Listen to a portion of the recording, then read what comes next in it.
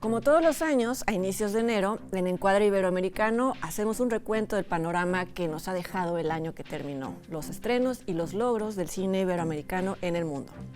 En esta emisión, Leonardo García Tsao y yo revisaremos lo que 2023 arrojó a favor de nuestras cinematografías. Repasaremos la trayectoria del cineasta español Juan Antonio Bayona, conoceremos quiénes fueron los ganadores en la pasada edición del Festival de Cine de La Habana y, como siempre, les daremos nuestras recomendaciones de estrenos en salas y en línea. Acompáñanos.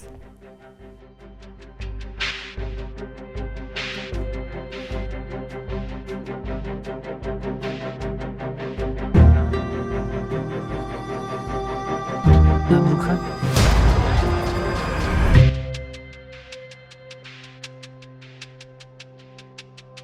Hola, ¿cómo están? Muy feliz año nuevo, muy feliz 2024. Gracias por acompañarnos en la primera emisión del año. Y no queremos todavía dejar detrás al 2023, entonces vamos a hacer un recuento de lo mejor que nos dejó este año en cuestión de películas, de cine, de las películas que recorrieron festivales, que llegaron a salas. Y no sé si te pasó, Leonardo, ya te había saludado, pero te vuelvo a saludar. Sí, ¿qué tal? Estás? Pero realmente siento que hubo muy buen cine iberoamericano. En general fue un buen año. Fue un buen año y no sé cómo le hacemos con estas industrias que tenemos que siempre están como carentes de todo, pero al final arrojan buenas películas, ¿no? La mayoría de ellas. Desgraciadamente muchas las vimos en festivales y no se exhiben en nuestra cartelera, que es nuestra queja usual. O se exhiben y están muy poquito tiempo porque solo en lugares como la Cineteca, ¿no? O en horarios que hacen que sea difícil ir a verlas. Hay un conjunto de factores que... Exacto. No vamos a empezar el año quejándonos, sino recordando estas películas. Y vamos a hacerlo en la medida de lo posible, recordando su paso por los distintos festivales del año, ¿no? Empezó el año, el primer festival del año es Sundance. Importante Sundance, sí. Y ahí, pues, yo vi las tres películas que han seguido ganando premios. Sobre todo, bueno, una de ellas que es La Memoria Infinita, de Maite Alberdi. Ahí ganó el premio al mejor documental que no es americano, estadounidense, sino internacional, le llaman ellos. Sí. Y pues el tema es el Alzheimer, entonces, bueno, lo que... Que a mí, la verdad, no me convenció. Es que el tema es tan poderoso que realmente pareciera que no hay una propuesta de Maite Alberdi. No hay una estructura que conduzca a una especie de relato. Digo, sabemos que fue un periodista, activista contra Pinochet, que su mujer, que es la que lo protege y cuida ahora, fue actriz. Sabemos eso, pero más allá de eso no hay un desarrollo, digamos, dramático a partir del montaje, ¿no? Más allá del previsible, que es un deterioro total, ¿no?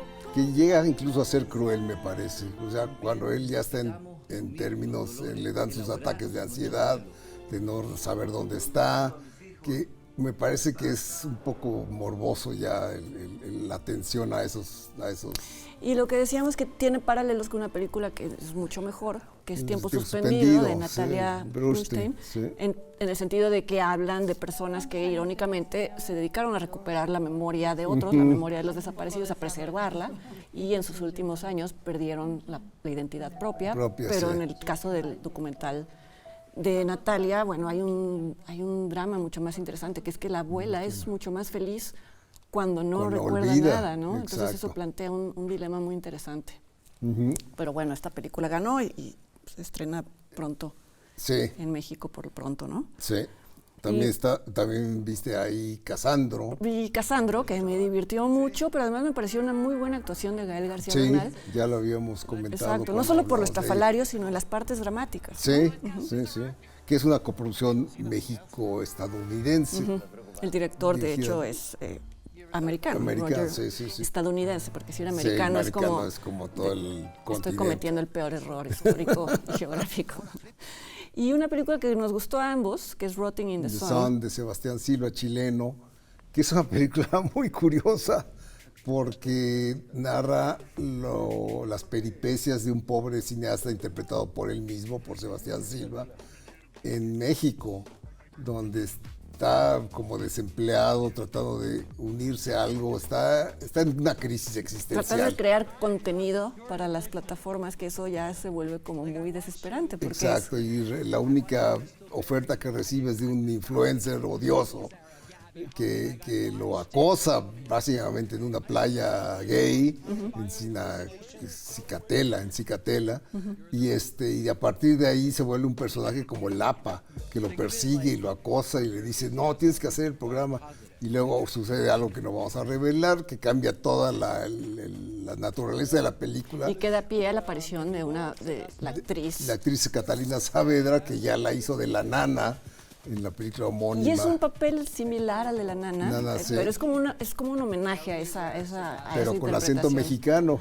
O sea, parece que no tiene sentido nada de lo que estamos diciendo, pero tiene mucho sentido cuando vean la película. Se vuelve una especie de thriller, de misterio. Autoparodia. Sí, es una película muy curiosa e interesante.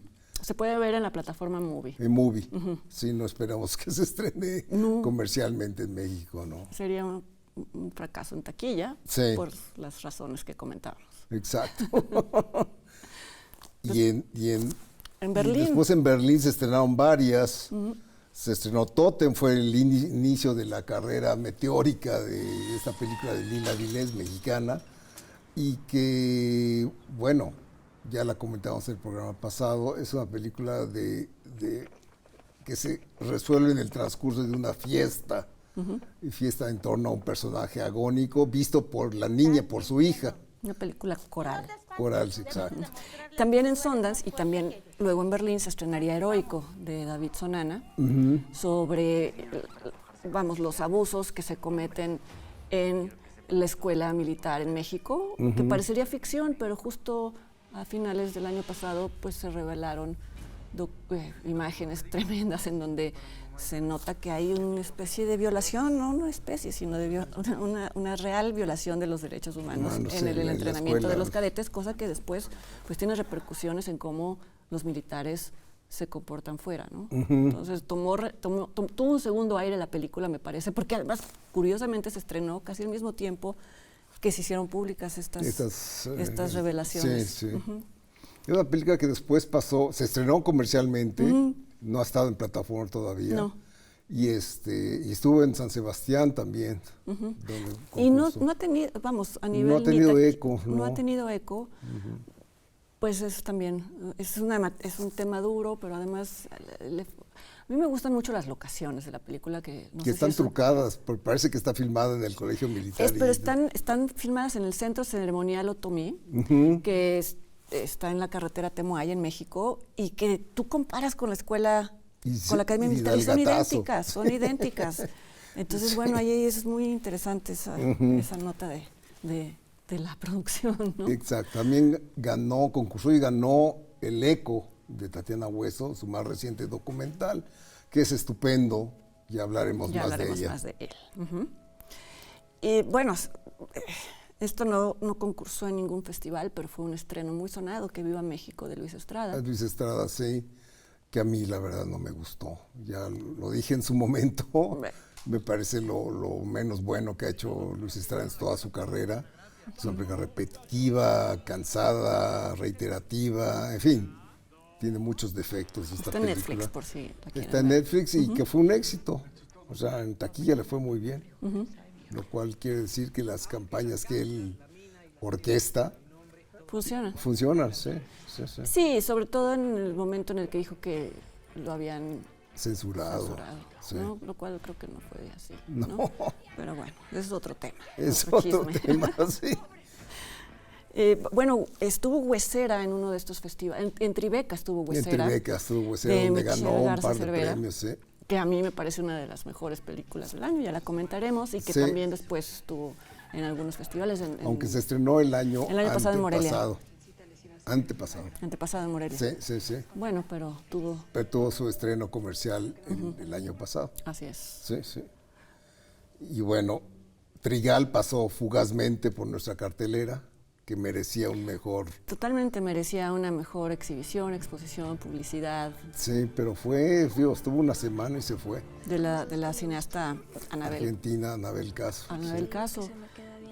Después ganaría algunos premios en Ariel. La protagonista obtuvo el La premio, hija de Arcelia Ramírez. Jean-Christopher Jones. Sí. Obtuvo el premio a la actriz revelación, que realmente hace un papel extraordinario, como una jovencita que despierta a su sexualidad, pero es mucho más abusada que sus primas, ¿no?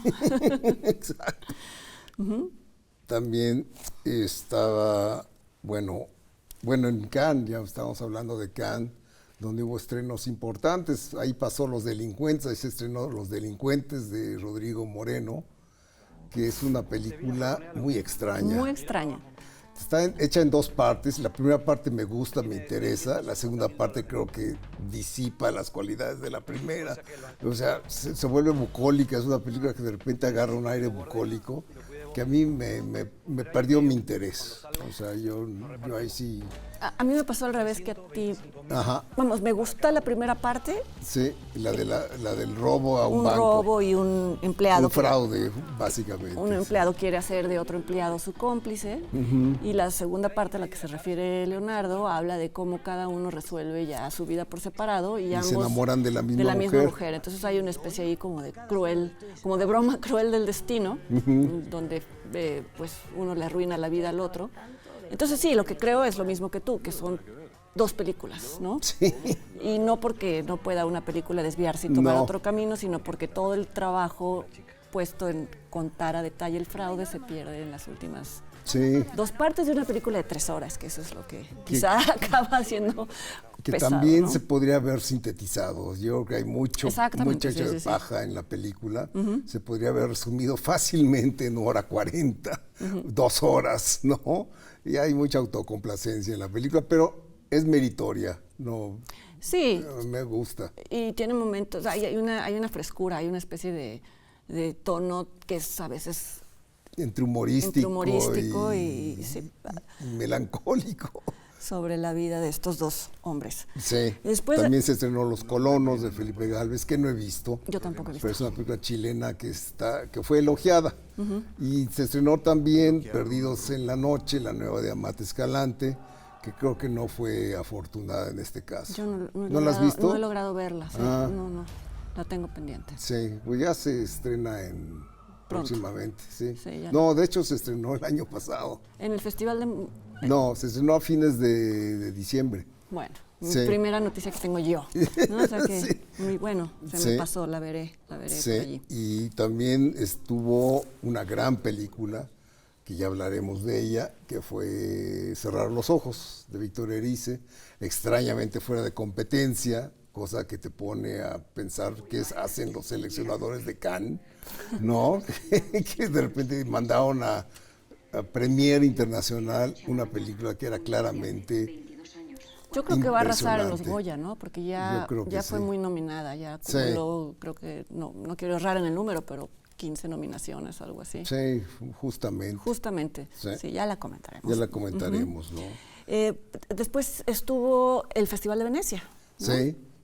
En donde se exhibieron películas como El Conde, que a ti no te gustó mucho. No me entusiasmó. Formalmente me gusta, formalmente me parece muy lograda, pero la historia me parece que toma demasiados meandros. A lo mejor porque, como decía en el programa anterior, no me gustan tanto las películas hollywoodenses de Pablo Larraín, sino cuando regresa a sus obsesiones. Curiosamente. ¿Sí? Me gustan tanto ¿verdad? Jackie como Spencer, son películas que me gustan. Pues ahora está haciendo la biografía de María Callas. Entonces te va a gustar. Con Angélica, con Angelina Jolie. Angelina Jolie. Sí, bueno, pero El Conde, me gustó que regresara a los asuntos chilenos, ¿no? Sí, y la caracterización como vampiro de Pinochet es, digamos, es ingenioso, ¿no? Ya no vamos a decir quién era la otra vampira, porque ese es un poco el punto de la película, ¿no? Y está en Netflix, Así se puede ver.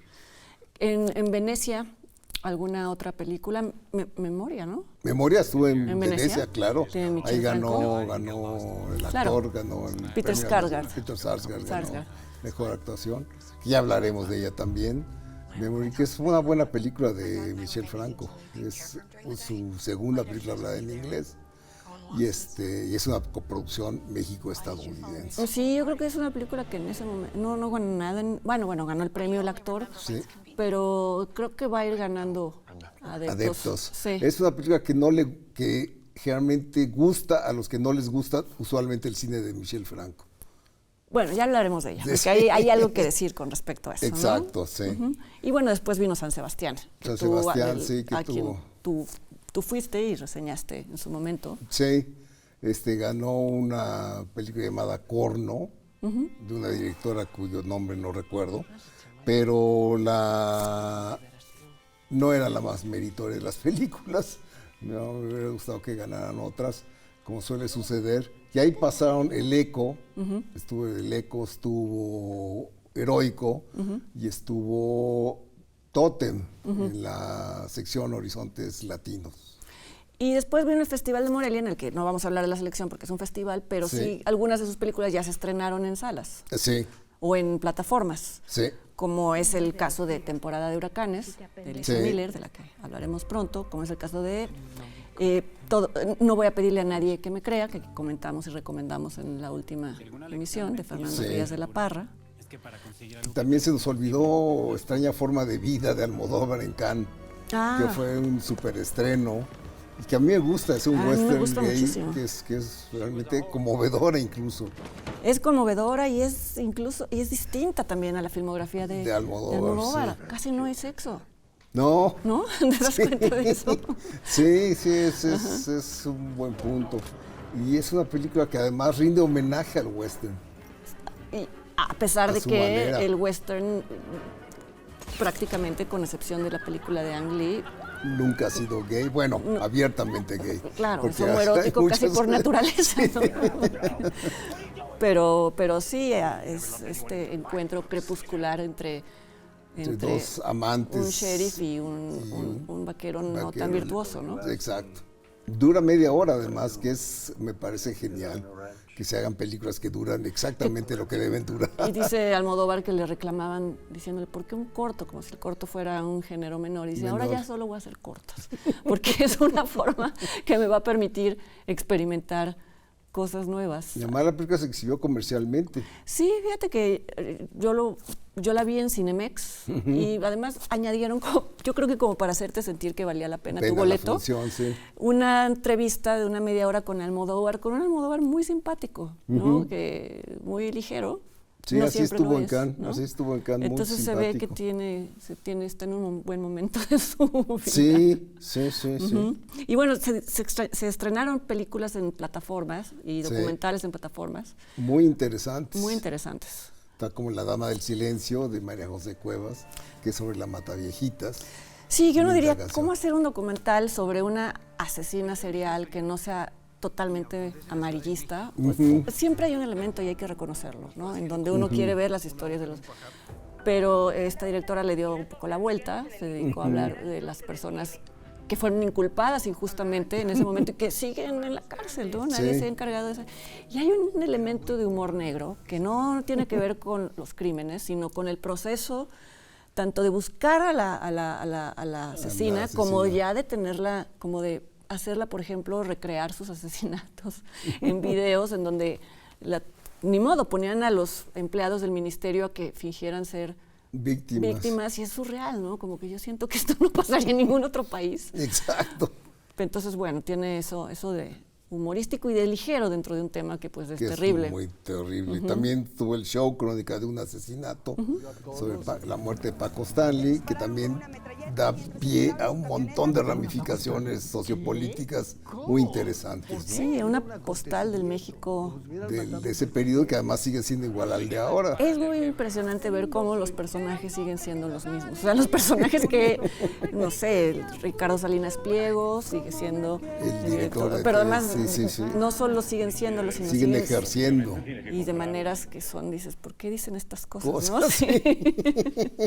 Es una muy buena investigación de Diego Osorno, muy buena. que siempre se caracteriza por ser un buen periodista. Igual fue bueno la del otro documentalista, la de La oscuridad de la luz del mundo. Exacto. Sí, de Carlos Pérez Osorio, sobre una secta que existe en Guadalajara, en México, Terrible. Terrible, poderosísima, cuyo ¿Qué líder más? está en la cárcel, pero la secta sigue operando Por acoso sexual. por ¿no? pederastia. Sí, tal pederastia. cual, por pornografía sí, infantil. sí. Pero lo que te hace ver el documental es que llevan 3 generaciones Haciendo lo mismo. haciendo lo mismo. Y teniendo un poder incalculable, ¿no? Sí, es muy inquietante. Hay un documental de 3, 4 Complementario, partes. sí. Pues más bien, no sé, un poco como que se adelantaron al tema de Pérez Osorio. En la plataforma ViX, que también se puede ver fuera del país, que se llama Sí. El Apóstol, Ajá. en referencia Yo esa no la he visto. al líder de esta Secta.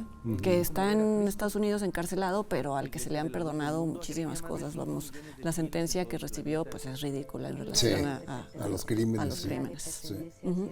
Y bueno, finalmente vamos a hablar de Radical, que ha sido un éxito de taquilla. Última película protagonizada por Eugenio Derbez, dirigida por Christopher Saya, que es una sorpresa que nos sorprendió a los dos. Porque estamos prejuiciados.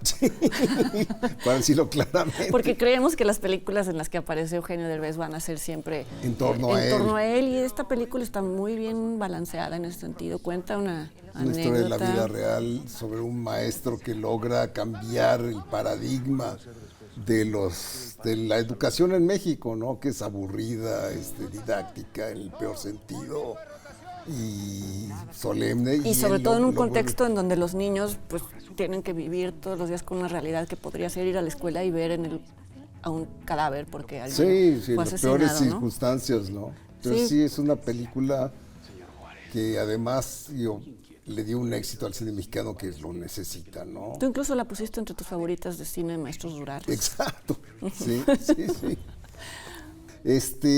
Y bueno, hay que mencionar, ya para cerrar este bloque, que la taquilla en México se recuperó en relación a los años de pandemia, obviamente, al año antepasado, fue mejor el año pasado, pero todavía no se recupera el nivel que hubo en 2019. Si las ganancias no han sido para nada a ese nivel, ¿no? Y es que además las plataformas también le hacen mucha competencia a la taquilla. Mucha competencia, sí. Y bueno, vamos a hacer una pausa y volviendo, tanto Fernanda como yo daremos nuestras favoritas, es decir, las que consideramos las mejores películas iberoamericanas del año pasado. No se vayan.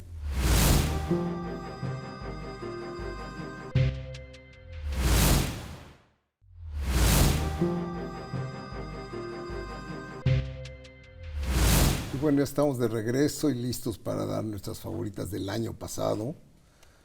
Películas iberoamericanas que se estrenaron o en México o en festivales el año pasado. Y empiezo, como siempre, con Memory, de Michel Franco. Digo, como siempre, con el lugar número 5. No con Memory. Es una película hecha en Estados Unidos con 2 actores estupendos, Peter Sarsgaard y Jessica Chastain. Es una historia de amor imposible, ¿no? Ese es el chiste de la película. La verdad es un personaje que ya sufre demencia, aunque es joven relativamente, y ella que tiene un pasado sexual muy turbio, muy tortuoso. Entonces es un encuentro entre 2 personas heridas, dañadas, y cómo a través de muchos obstáculos logran de alguna manera ser una pareja. Es que ¿no? hace rato que la mencionamos de paso y que Sí. decías que a mucha gente que no le gusta el cine de Michel Franco, esta sí le gusta porque sí.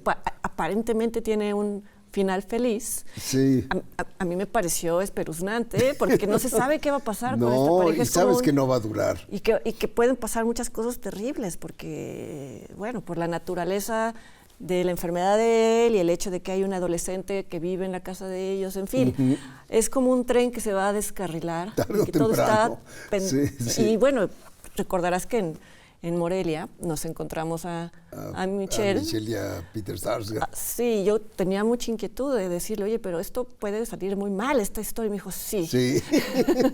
Porque vamos, es Michel Franco, ¿no? Sí, Entonces claro. no hay que olvidar de qué director estamos hablando, lo cual me Exacto. parece una manera interesante de darle un giro A su pesimismo a su habitual. pesimismo habitual. Aquí Sí. está escondido. Exacto. Tu número 5 es... Es Valentino, La Serenidad, una película de Ángeles Cruz que a mí me gusta mucho. Muy conmovedora, es Sí. muy sencilla, habla de una niña que pierde a su padre y del trabajo que le cuesta aceptar su muerte a Es todos. sobre el duelo en términos muy originales. Y muy honestos, Sí. este adjetivo que se usa para todo, pero que cuando lo ves lo reconoces y cuando no también. En donde, vamos, sí. Con una niña maravillosa. Con una niña maravillosa que además Ángeles Cruz contaba que ella no sabía realmente de qué estaba hablando, entonces de qué se trataba la película porque era muy traumático. Sí, claro. Pero le decía, a ver, relaciónate con este árbol como si fuera alguien a quien tú quisieras y extrañaras. En la película es el padre. Y la niña lo hacía, bueno, ya la verán, ojalá la vean, porque vale muchísimo la pena. Es de lo mejor del cine mexicano del año pasado. Así es.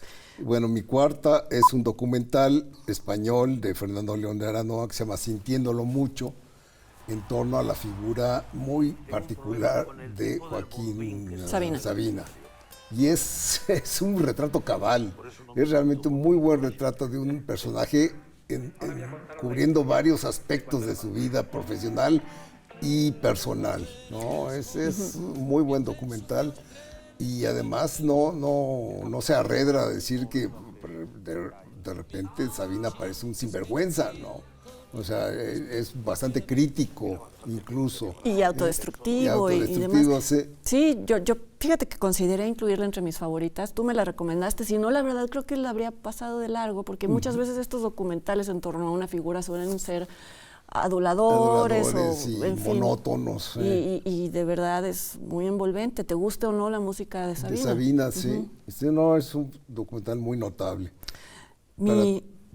¿Tu cuarta? Mi número cuarta, que la hemos comentado, es El Eco, de Tatiana Hueso, un documental en donde la directora visita una comunidad rural llamada El Eco, pero como ella misma lo ha dicho, esta vez decidió alejarse de la oscuridad de sus películas previas y retratar cómo los niños en esa comunidad pues realmente le dan vida a todo lo que sucede. Son niños extraordinarios, su relación con los familiares, con sus abuelos en la escuela. No todas las historias parece que van a terminar bien, pero lo que sucede durante la película te deja un sentimiento de esperanza. Es muy cursi decirlo así, pero cosa también que es difícil se agradece. En términos de la realidad mexicana y documentales. Siempre los documentales en general en México te dan espanto y esto te da esperanza, como has dicho. Así es, sí. Y bueno, tenemos en tercer lugar esta Temporada de Huracanes de Elisa Miller en tercer lugar, que a mí me gustó mucho y he notado que quienes leyeron la novela original de Fernanda Melchor le encuentran peros, pero yo que la vi virgen, es decir, no leí la novela, me gustó mucho. Creo que es lo mejor que ha hecho Elisa Miller hasta la fecha. Y es una película que tiene una garra que ella nunca había mostrado en previas películas. Está filmada muy bien, narrada. Además, creo que la adaptación, hasta donde puedo imaginar, es muy lograda el hacerlo por personajes. Es decir, es cuatro diferentes puntos de vista sobre un mismo hecho, que es el asesinato de un personaje trans, que es la bruja, y creo que se embonan muy bien las diferentes partes y nos dan una visión total, una total sordidez, por cierto, de este hecho y de este entorno, que es un entorno petrolero, decadente. Sofocante, sí, ¿no? Tiene una cualidad visual casi viscosa la película, ¿no? Sí, yo soy de las personas que leyó la novela. Y entonces, no, todo el mundo me dice que es una de las mejores novelas del... Pero me culpo, ¿ves? O sea, sí entiendo, porque también veo todo lo que dices tú y es un vicio estar comparando, porque cada cosa se sostiene. Incluso las mejores adaptaciones no necesariamente son las que más se parecen al libro. Es que la prosa de Fernanda Melchor es muy poderosa y uno está esperando, pero pues creo que hizo muy buenas elecciones de adaptación Elisa Miller. Sí, ok. Y bueno, ahora sí vamos a hablar de tu tercer... De mi tercera, que la voy a postergar el comentario porque la vamos a comentar en el siguiente bloque. Nada más adelanto que es La Sociedad de la Nieve, de Juan Antonio Bayona. Es mi segunda opción y tu segunda opción es huesera, de Sí. Michelle Garza Cervera. También que estuve tentado a ponerla. sí, que desde que la vi en el Festival de Morelia, incluso antes de que se exhibiera, dije, esta es una película extraordinaria, sobre todo siendo una ópera prima de una directora que narra una historia de terror, pero como, vamos, un poquito en el estilo de los thrillers psicológicos de Polanski. Ella lo cita como influencias, pero una cosa es citar a Polanski como tu influencia y otra es que se logre. Se logre, y creo sí. que lo consigue y además luego también incorpora temas y motivos muy locales como el chamanismo, el sincretismo de la religión en México, filma un ritual de las brujas. Y el peso de la maternidad de las mujeres, ¿no? Pues sí, estando todo eso para decir que no todas las mujeres disfrutan ser madres, lo cual pues también es un desafío a la forma de pensar de la mayoría además de le fue bien de cuando la- se de estrenó la sociedad comercialmente. mexicana. Sí, sí, sí. Sí, le fue bien. Y ya se puede ver también en plataformas, en Amazon Prime. Sí, exacto. Y finalmente coincidimos en la número 1, que es Cerrar los ojos de Victoria Erice, de la cual ya hemos hablado muy elogiosamente cuando hablamos de la filmografía de Victoria Erice, que es una película de muchos niveles. Sí, es hasta difícil describirla, ¿no? Difícil A mí me pasa que describirla, sí. les digo, vela, ¿y por qué? ¿De qué se trata? Y ya luego no sé de qué decir. Porque son tantos niveles. Tantos niveles, sí. Pero- Es en primer instancia es sobre una búsqueda de un actor perdido, de un rodaje de una película que se interrumpió, y la investigación la conduce el director de la película Trunca, que han pasado los años, 20 años, y él se decide a buscarlo, ¿no? Y de ahí deriva Erice una gran cantidad de referencias, de reflexiones sobre el tiempo, la memoria, el cine, en fin, Y alusiones a su propia a filmografía. su propia filmografía, sí, gran película. Bueno, pues, y además yo creo que va a ganar, ya lo acabo de decir, Sí, ¿no? Varios sí, Goya. sí, Entonces sí. seguramente la van a poder ver, pero ya lo comentaremos. Por lo pronto, no se vayan, porque al regresar vamos a repasar la filmografía del director español Juan Antonio Bayona y les vamos a presentar una entrevista que realizó el Canal 22 justamente con él, a propósito de su película más reciente, La Sociedad de la Nieve.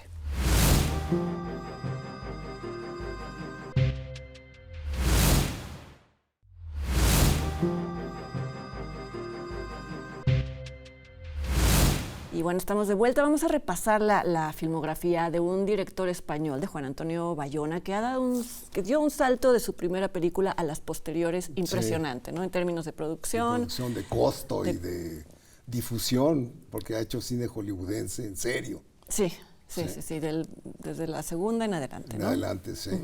Sí, la primera me gusta mucho, es una película producida en parte por Guillermo del Toro, que fue como el que apadrinó el proyecto. Es una historia de fantasmas muy bella sobre una mujer que se crió en un orfanato, de ahí el título, así se llama la película, El Orfanato, y su hijo desaparece en un momento dado de la casa, se dedica a buscarlo y, en fin, por si no lo han visto, no revelaré lo que sucede. Es una como reelaboración de Peter Pan, ¿no? Porque Exacto. además ahí se mencionan, Sí. el niño siempre tiene niño. la curiosidad de a dónde se van los niños, por qué nunca crecen y demás, y al final, yo creo Sí, que ya la deberían de haber podía visto porque ya sí, pasaron. desde el 2007. Sí, Sí. pues ella se ve rodeada de niños que pueden o no existir, Ser fantasmas. pero como una especie de Wendy. Sí, es una película muy conmovedora y en donde se demuestra que los directores españoles saben dirigir niños bien, ¿no? En historias de terror, cosa que que no pasa muy frecuente en otras cinematografías. Y la película es muy redonda, es una película que de alguna manera me recuerda el espinazo del diablo, ¿no? La cosa de los fantasmas y la vida que tienen los fantasmas más allá de su dimensión, ¿no? Sí, seguramente a lo mejor influyó. No, bueno, no, él habla de Guillermo del Toro como alguien, como un hado madrino que le facilitó absolutamente todo y que en el momento en el que empezó a filmar no se metió para nada. Para nada, sí, exacto. Después hizo una película de desastres, que es Lo Imposible, que es una recreación muy impresionante del tsunami que azotó las costas de Tailandia en 2004, me parece. Y la parte del tsunami está muy bien, es lo que sigue que no me convence. ¿no? El Sí. melodrama familiar. Que está basado en el drama de una familia española. Española. Y que, como él mismo dice, si lo hubiera mantenido como personajes españoles, no hubiera podido obtener el financiamiento Claro. que obtuvo para recrear una cosa como la que hizo. Entonces recurrió a Naomi Watts y a Ewan McGregor. De todas sí. maneras, no es una película totalmente hollywoodense, sino más o menos independiente, que dice Sí. que igual les costó mucho trabajo conseguir dinero. Sí, pero sí hay, esa parte no me encanta. No, yo te voy a decir que a mí qué es lo que me pasa con la mayoría de las películas de Bayona, sobre todo esta y las dos que vienen, es la música, es muy reiterativa Sí. al drama, porque el drama finalmente está, es evidente desde que sucede el tsunami, y todo lo que sigue pues es la vida en un hospital, en concreto la relación entre Y la Naomi búsqueda Watts, entre ellos. la búsqueda entre ellos, que siempre que se siente un poco forzado el encuentro, no sé si fue así o no, pero en la película parece, es casi inverosímil. Sí. Y sí, eso, me parece que es demasiado machacón el asunto sentimental. Exacto. Que cuando se Sí, pasa, se vuelve melodrama. se vuelve melodrama. Sí. Y Naomi Watts ganó o fue nominada al Oscar por esta película, ¿no? No recuerdo. Sí. Después hizo Monstruo Viene a Verme, que tampoco me convence, debo decir. A mí tampoco. Fíjate que la vi en Toronto. Ajá. Nos invitó Eugenio Caballero, que hizo El arte, tanto de esta como de Lo Imposible. Imagínate. Sí. Estas cosas, estas proezas de Eugenio Caballero, Hierro ¿no? en el extranjero. Ujú. Sí. Y claro, fue todo el teatro lloraba, porque era una película sobre un niño cuya madre está enferma de cáncer, está agonizando y tiene encuentros fantásticos con un árbol sí. que le enseña lecciones a través de cuentos, lecciones sobre cómo afrontar la inminente muerte de la madre. Y otra vez, pues está la tragedia, ¿no? Entonces era la música. O no lo sé, Sí. a lo mejor era una resistencia, porque mi mamá acababa de morir, entonces sentía yo, esto no está Sí. siendo como honesto, está siendo muy machacón, pero bueno, no a ti te pasó igual. Entonces, Me pasó igual. Sí. Y bueno, Jurassic World, El Reino Caído, me parece que es indistinguible de las otras Jurassic Worlds. A mí me gusta, debo decir. Pero me parece que se ha vuelto, en ese momento yo dije, Bayona va a pasar a ser un fabricador de historias. Un artesano hollywoodense aplicado, ¿no? Pero nada más, sin personalidad, y dije, va a ser otro tanto de los maquiladores. Y La Sociedad de la Nieve me desmintió. Es una película que realmente me gusta mucho. Sí, y también coincide con el regreso a, pues no a España, pero sí a lo latinoamericano, sí. Que es, bueno, nada más para decir algo sobre Jurassic World, sí. Sí, repite, un tema en común de sus películas son las relaciones entre padres e hijos, madres e hijos, ¿no? Y aquí también hay una niña que es clonada, no sé si te acuerdas. ¿La viste? Me acuerdo. Sí la vi, pero la nieta del fundador del Jurassic Park Ajá. es clonada, entonces entra el dilema ético de que si está bien o no extinguir a los dinosaurios, y una opción es dejarlos en la isla en la que han creado un destrozo, porque recuerdas que el parque temático... Un desastre ecológico. Y como va a explotar un volcán, se dice explotar, ¿no, verdad?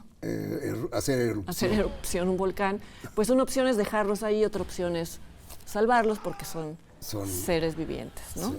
Entonces la niña lo que dice al final es, son como yo, aunque sean clonados, son como yo. Y aparece también un tema en común, o no tema en común, sino una presencia constante, es Geraldine Chaplin. Desde su primera película aparecen todas. Sí, aparecen todas, sí. Ajá. Menos en La Sociedad de la Nieve. Sí, no, bueno. Sí. Bueno, La Sociedad de la Nieve es la tercera recreación en ficción del famoso caso del accidente aéreo que sufrió un equipo de rugby uruguayo que se estrelló en los Andes, y de ahí es una historia de supervivencia muy extrema, donde se tiene que recurrir, entre otras cosas, al canibalismo. Y esta película tiene una gran virtud, que no se clava en lo del canibalismo como las anteriores películas. Pero ¿no? tampoco lo obvia, ¿no? Es decir, hay una larga conversación sobre si está bien o está mal. Al final se dan cuenta de que pues si no hay de otra. Sí. Más bien, y te hacen quitarte todas esas cosas de yo no haría eso, porque pues tú cómo sabes. Si ¿Cómo no estás sabes? ahí, Sí. Y está aceptada, está descrita con naturalidad, ¿no? No es como la película de René Cardona, Los supervivientes de los Andes, que era morbosa, horrible, mal hecha. Es que se puede prestar un morbo a este tema No, increíble. yo pero creo que veías los bistecs de la comercial mexicana en lugar del... No, era una Pero te digo que horrible. lo que es bueno esta película es que tampoco, o sea, sí ves los pedazos de carne Sí. y ves a las personas comiendo la carne, o sea, tampoco es como que vamos a No, mandarlos a todos no, de no, lejos y no, vamos a claro. hablar, sino que sí lo afronta, o sea, sí toma Sí el toro sí. por los cuernos, pero no lo hace morboso, que es muy, No se muy centra loable. en eso, no se centra en eso. Y sino la que- fotografía es impresionante. No, toda la producción es absolutamente verosímil. Uno siente que está perdido junto con los personajes ahí en los Andes y tiene ese tono desesperanzado que me gusta mucho porque llega un momento en que ellos casi se dan por vencidos, pero siempre queda este momento de espíritu, ¿no? De vamos a... que los que se lanzan a tratar de recuperar, a tratar de rescatar llegar a toda de la llegar a misión. Chile, ¿no? Exacto.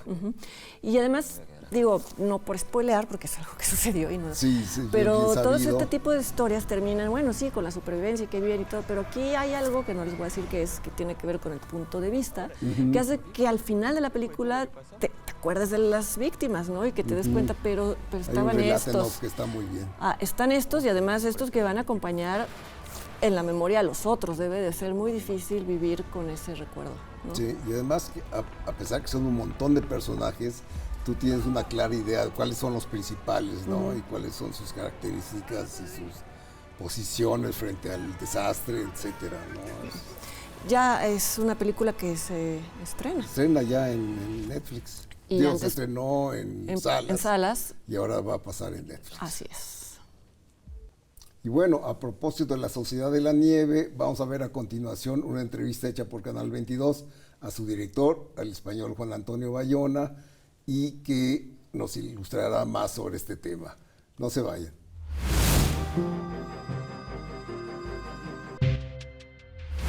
El cineasta español Juan Antonio Bayona se ha caracterizado por contar historias donde lleva a sus personajes al límite, como en El orfanato, Lo imposible, Un monstruo viene a verme, y ahora vuelve a hacerlo en La Sociedad de la Nieve. Compramos los derechos y hemos estado 10 años prácticamente, más de 10 años intentando rodar la película. Me interesa, yo creo que sobre todo por la parte en la que nos encontramos a nosotros mismos en el relato, ¿no? Al ver estas historias de personajes llevados al límite, también aprendemos cosas de dónde están nuestros propios límites y de cómo reaccionar en esas situaciones. Y es algo que me interesa, ¿no? Siempre me interesa esta vertiente de la catástrofe más desde el punto de vista del personaje y de lo humano que no de la espectacularidad. La Sociedad de la Nieve es una historia inspirada en el libro homónimo escrito por Pablo Bierzi, que describe el accidente aéreo ocurrido en 1972. El vuelo 571 de la Fuerza Aérea Uruguaya se estrelló en los Andes. De los 45 pasajeros, sobrevivieron 29 al impacto. Muchos quedaron malheridos y luego ese número se redujo. Es una historia que ha ido cambiando con los años porque es una historia muy compleja. Son 16 puntos de vista en el libro, pero nosotros introducimos también el elemento de aquellos que no volvieron, ¿no? Contar la historia desde un lugar que ponga a los que no volvieron a la altura de los que regresaron. No hablar del heroísmo desde ese lugar que hemos visto tantas veces, como de los que regresan, los que más se esfuerzan y consiguen llegar a casa, sino también como aquellos héroes anónimos que fueron los que hicieron posible que esta gente regresara. Este hecho ya ha sido llevado en 2 ocasiones a la pantalla grande. En 1976, René Cardona estrenó Supervivientes de los Andes y Viven, de Frank Marshall, que llegó a salas en 1993. Está congelando. Me costó encontrar algo diferente porque cuando uno trabaja en un guión, generalmente lo que hace es reducir aquello que tiene en el libro a acción y diálogos. Y cada vez que hacía eso, me encontraba con un guión parecido a lo que había visto anteriormente. Así que fue lo más complicado encontrar el ángulo desde el contar la historia. El otro gran reto fue filmar en condiciones adversas. Muy complicado, pero también era también enormemente satisfactorio. Todas las dificultades aportaban realismo a la película. Todo lo duro que fue para los actores vivir ese viaje larguísimo, un rodaje muy largo de 140 días, pasando frío, pasando hambre, sintiendo la soledad de estar muy lejos de casa porque rodábamos en España. Todo eso eran estímulos para que ellos pudieran alcanzar al lugar donde tenían que llegar como actores. Así que fue un rodaje muy complicado, muy duro, pero a la vez enormemente satisfactorio de cara al resultado final.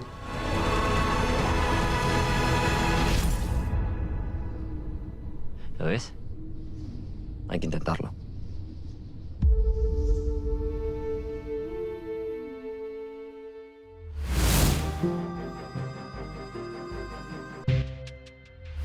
No se vayan, al regresar les vamos a presentar una cápsula con los ganadores del Festival de La Habana y como siempre les daremos nuestras recomendaciones en salas y en línea. No se vayan.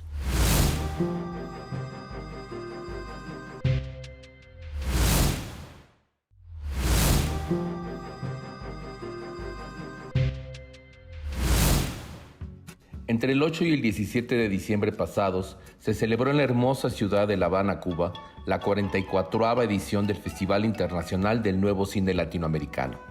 Al final de esta edición, se repartieron sendos premios Coral a lo que el jurado consideró lo mejor de la selección. La gran ganadora fue la película mexicana Tótem, de Lila Vilés, que se llevó el premio Coral a Mejor Largometraje de Ficción y el premio Coral en Guión. El premio Coral a la mejor dirección fue para Rodrigo Moreno por su película Los Delincuentes, de Argentina. El premio especial del jurado lo obtuvo El Auge de lo Humano 3, de Eduardo Williams, también de Argentina. El premio Coral a la mejor ópera prima lo recibió la brasileña Lila Jalá por su película Levante. En el territorio del cine documental, las premiadas fueron El Juicio, del argentino Ulises de la Orden. La película mexicana El Eco, de Tatiana Hueso, se hizo acreedora a un premio Coral especial del jurado. Muchas felicidades a todos y todas las ganadoras.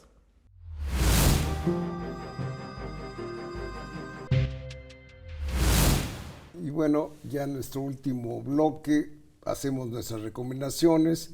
Hay una película española que es fundamental verla, que no se deben perder, que ya se estrena finalmente en nuestras pantallas. Se trata de Asbestas, de Rodrigo Sorogoyen. Ya estuvo en nuestras listas de lo mejor del año antepasado, de lo mejor del 2022, y ahora finalmente se puede ver.